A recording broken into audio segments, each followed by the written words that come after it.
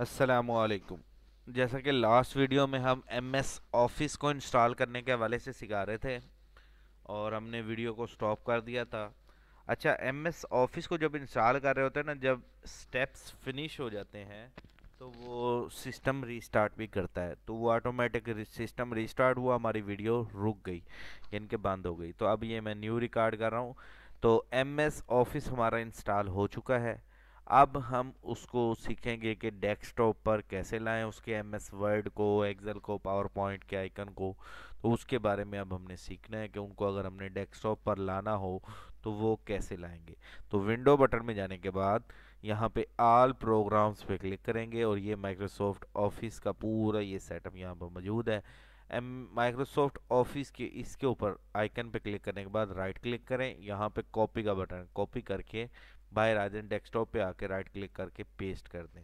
तो ये आपके पास पूरा का पूरा फोल्डर आ चुका है।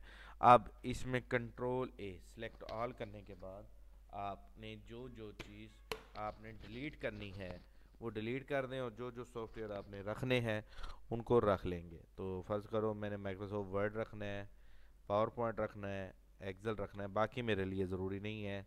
तो मैं उन सारों को डिलीट कर दूंगा। यस, तो ये डिलीट हो गए। अब ये तीन सॉफ्टवेयर रह गए, इनको कंट्रोल एक्स कट की मदद से कट किया, बाहर आके यहाँ पे राइट क्लिक करके पेस्ट कर दिया, तो ये तीनों ये यहाँ पर आ चुके हैं। तो इस अमल को कहते हैं डेस्कटॉप पर आइकन लाने का तरीका। और ये मैंने एक्स्ट्रा फाइलें डिलीट कर दी और इनको मैं क्लियर फॉरवर्ड कर देता हूँ। तो ये हमारे सॉफ्टवेयर आ चुके हैं। तो ये बेसिक से स्टेप से ऑफिस को इंस्टॉल करने के हवाले से। तो ये माइक्रोसॉफ्ट वर्ड, ये मैंने उसकी फ़ाइल को ओपन किया।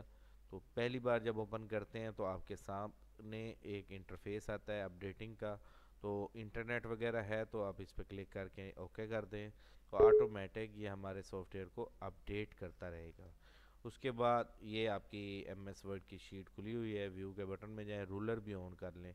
पहली बार रूलर भी ऑफ होता है, तो ये रूलर भी ऑन कर लिया है। अब हम इस पर जो भी काम करेंगे इजीली काम होगा। इसी तरह एक्सेल है, एक्सेल पे आप काम कर सकते हैं, ये एक्सेल आपका चल रहा है।